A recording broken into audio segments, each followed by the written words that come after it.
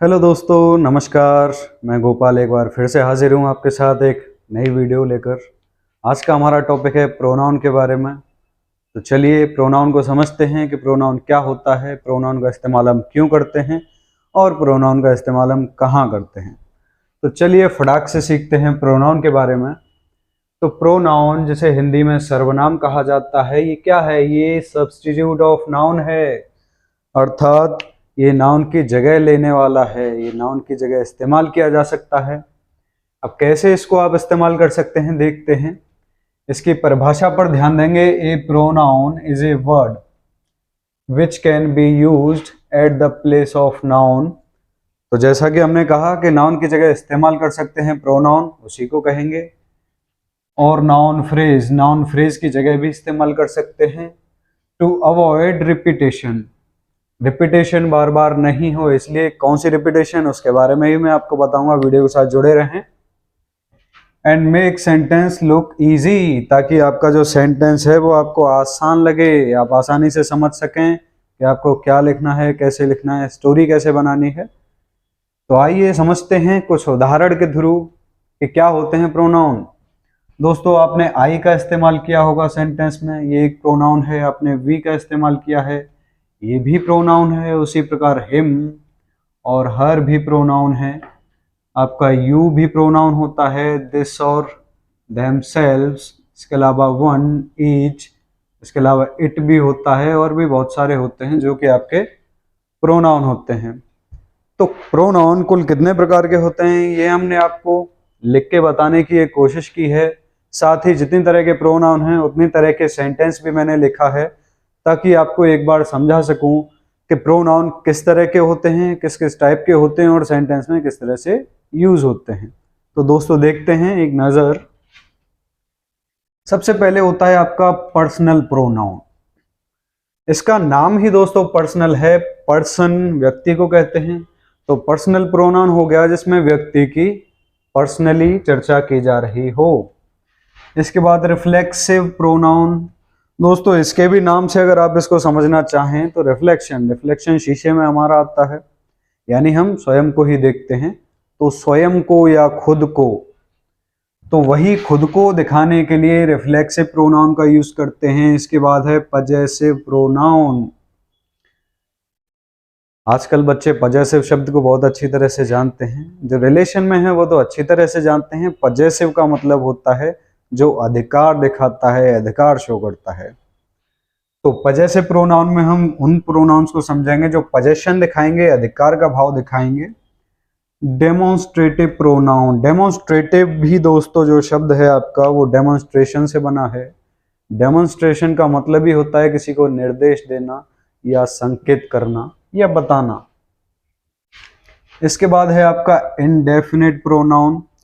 Indefinite pronoun जैसे definite आपको समझना होता है, जो डेफिनेट नहीं होते वही इनडेफिनेट होते हैं, यानी जिसमें प्रोनाउन आपका स्पष्ट नहीं होता। इसके बाद है आपका रिलेटिव प्रोनाउन। दोस्तों रिलेटिव तो आप अच्छी तरह जानते ही हैं कि रिश्तेदार जो होते हैं उनसे हमारा नाता होता है, रिश्ता होता है। तो रिलेटिव प्रोनाउन भी उस तरह का प्रोनाउन है जो सेंटेंस के दो अलग अलग सेंटेंसेस को आपस में जोड़ता है। इसके बाद है इंट्रोगेटिव प्रोनाउन। दोस्तों इंट्रोगेटिव प्रोनाउन और रिलेटिव प्रोनाउन आपको एक जैसे लगेंगे कुछ हद तक, लेकिन इंट्रोगेटिव प्रोनाउन वो प्रोनाउन होंगे जिसमें WH फैमिली के वर्ड्स को इंटरोगेशन के लिए यूज किया गया होगा, सवाल के लिए इस्तेमाल किया गया होगा। दोस्तों रेसिप्रोकल नाउन बहुत आसान है समझना। रेसिप्रोकल नाउन दो ही तरह के होते हैं, ईच अदर और वन एन अदर। इसके बाद है दोस्तों आपका एम्फेटिक प्रोनाउन। एम्फेटिक प्रोनाउन को आप रिफ्लेक्सिव प्रोनाउन के साथ कंफ्यूज कर सकते हैं, लेकिन इन दोनों में फर्क है। एम्फेटिक प्रोनाउन भी एक तरह से रिफ्लेक्शन को ही दिखाता है, लेकिन इसमें थोड़ा फर्क है। ये दृढ़ता दिखाता है, ये अधिक जोर डाल के बात कही जा रही है उसको आपको दिखाता है। आइए उदाहरण के द्वारा समझते हुए चलते हैं। सबसे पहले आपका सेंटेंस है Himanshu is a good boy.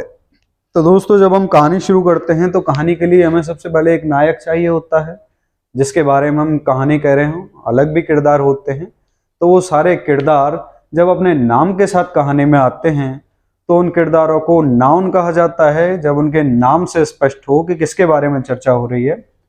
लेकिन किसी कहानी में जिस किरदार के बारे में उसके नाम के बाद पुनः चर्चा हो रही है तो बार बार हमको उसका नाम नहीं लेना पड़े।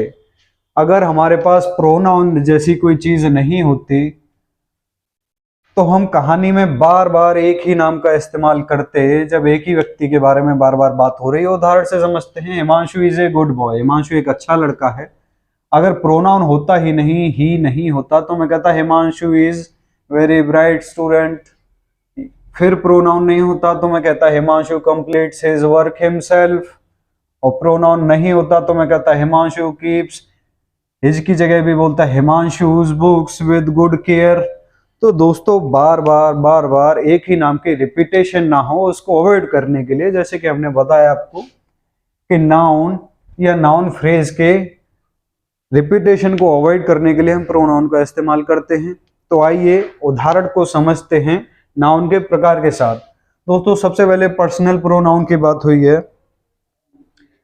Himanshu is a good boy और हिमांशु के लिए ही का यूज किया गया है। तो आप समझ सकते हैं कि वह किसके लिए इस्तेमाल किया है हमने, हिमांशु के लिए किया है।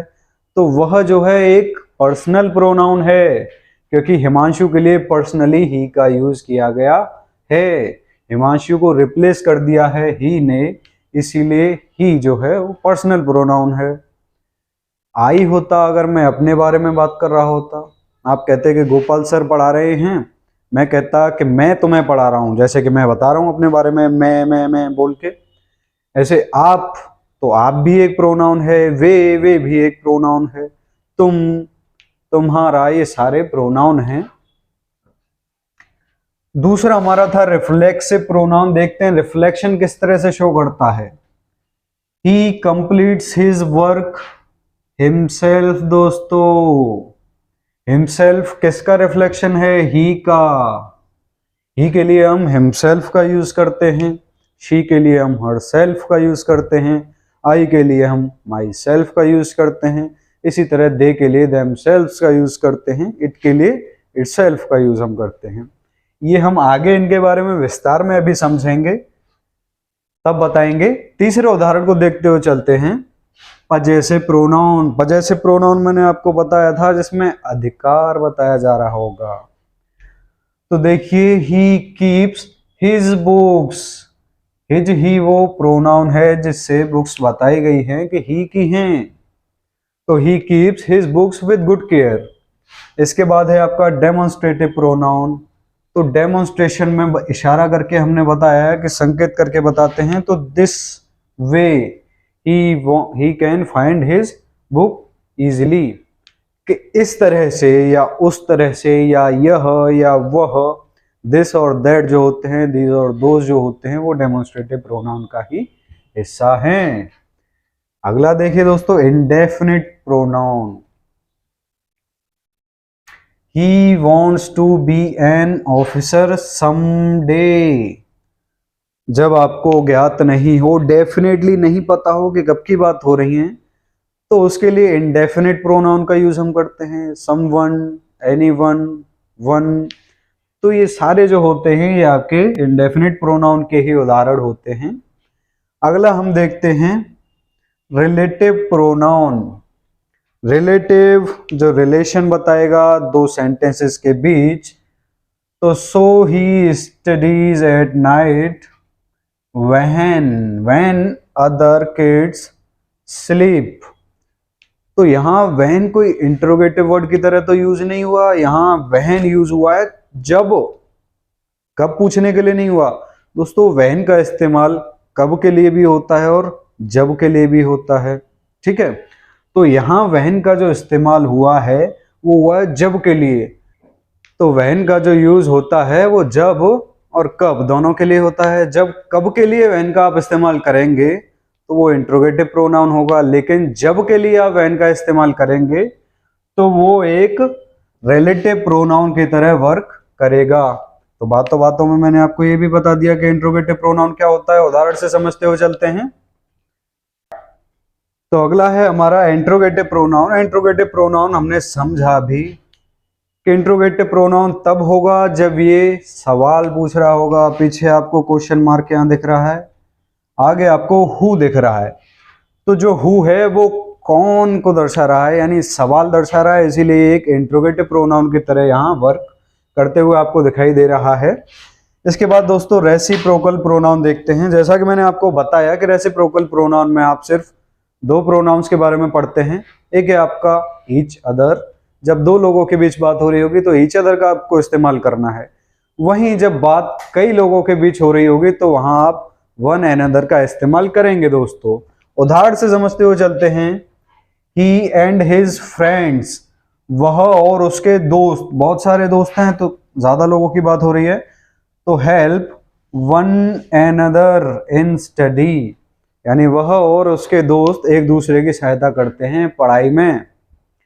इसके बाद दोस्तों आप देखिए एम्फेटिक प्रोनाउन और रिफ्लेक्सिव प्रोनाउन आपने समझ लिया। एम्फेटिक प्रोनाउन को समझेंगे रिफ्लेक्सिव प्रोनाउन से तुलना करके। रिफ्लेक्सिव प्रोनाउन में हमने लिखा ही कंप्लीट्स हिज वर्क हिमसेल्फ, ही के लिए हिमसेल्फ आया, रिफ्लेक्शन बताया गया। जब एम्फेटिक प्रोनाउन हम देखते हैं तो हमें मिलता है ही हिमसेल्फ, ये आपका इज है, is keen of reading book, वह खुद भी किताब पढ़ने का शौकीन है। तो एक कॉमन सा फर्क आप देखते हैं दोस्तों, यहाँ हिमसेल्फ जो है एम्फेटिक प्रोनाउन जो है वो पर्सनल प्रोनाउन के साथ साथ आया है। यहाँ अगर आप देखते हैं तो ही अलग है और हिमसेल्फ अलग है। जब ये अलग होता है तो ये एम्फेटिक प्रोनाउन के बजाय रिफ्लेक्सिव प्रोनाउन की तरह काम करता है।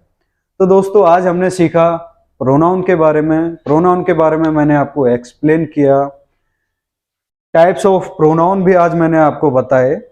अगली वीडियो में हम देखेंगे प्रोनाउन के बारे में, जो इसके टाइप्स हैं उनको विस्तार से। अगली वीडियो को देखने के लिए चैनल के साथ जुड़े रहें, चैनल को सब्सक्राइब करें। वीडियो अगर पसंद आए तो वीडियो को लाइक करें, दोस्तों के साथ शेयर करें। अगले वीडियो में आपसे पुनः मुलाकात होगी, तब तक के लिए आप सभी को नमस्कार, अपना ख्याल रखिए।